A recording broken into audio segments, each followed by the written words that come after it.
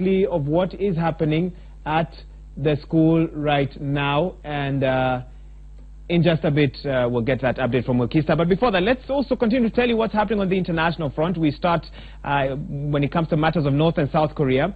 They kicked off their first formal talks in more than 2 years earlier today, with both sides expressing optimism ahead of discussions on how the North's athletes can spend the Winter Olympics, which are coming up soon, in the South despite tensions.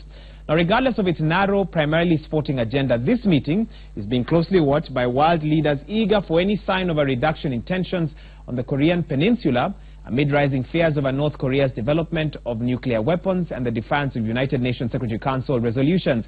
5 senior officials from each side met at the 3-story peace house on the South Korean side of the truce village. The North Korean delegation walked over the border inside the joint security area to this peace house. A unification ministry told reporters. Cameras and microphones are usually placed in the room to ensure that officials from both sides can monitor these talks.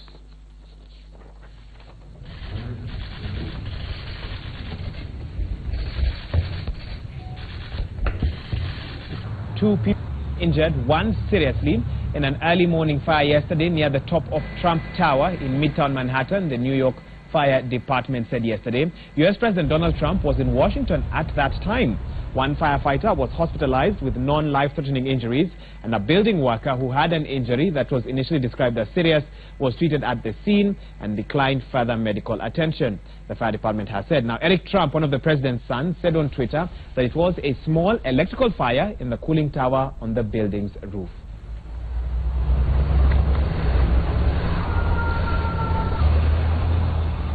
Well, from matters regarding a sitting president to a potential president, Oprah Winfrey's fans lit up Twitter yesterday with calls for her to run for the U.S. presidency after the entertainment star gave an inspiring speech at an awards show in support of those who have exposed sexual misconduct in Hollywood and beyond. A surge of tweets carrying the hashtag Oprah for President and hashtag Oprah 2020 followed her speech at the Golden Globes, where Winfrey became the first black woman to receive a Lifetime Achievement Award on Sunday. Winfrey, an actress, movie and television producer, and the chief executive of her own cable channel, is actively thinking about her run, CNN reported on Monday, citing 2 of her close friends.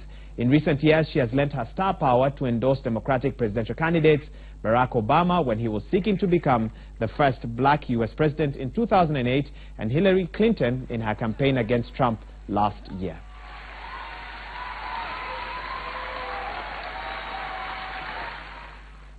And one last quick international update. Carrie Grace, the China editor for Britain's public broadcaster, the BBC, has resigned from her post in Beijing yesterday due to pay disparities with her male colleagues.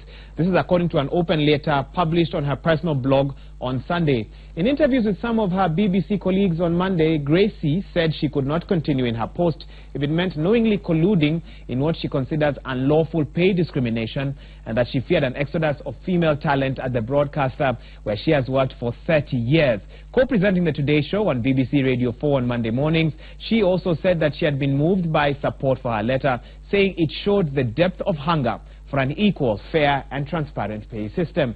Grace's letter said there was a crisis of trust at the broadcaster and that was breaking equality and resisting pressure for a fair and transparent pay structure.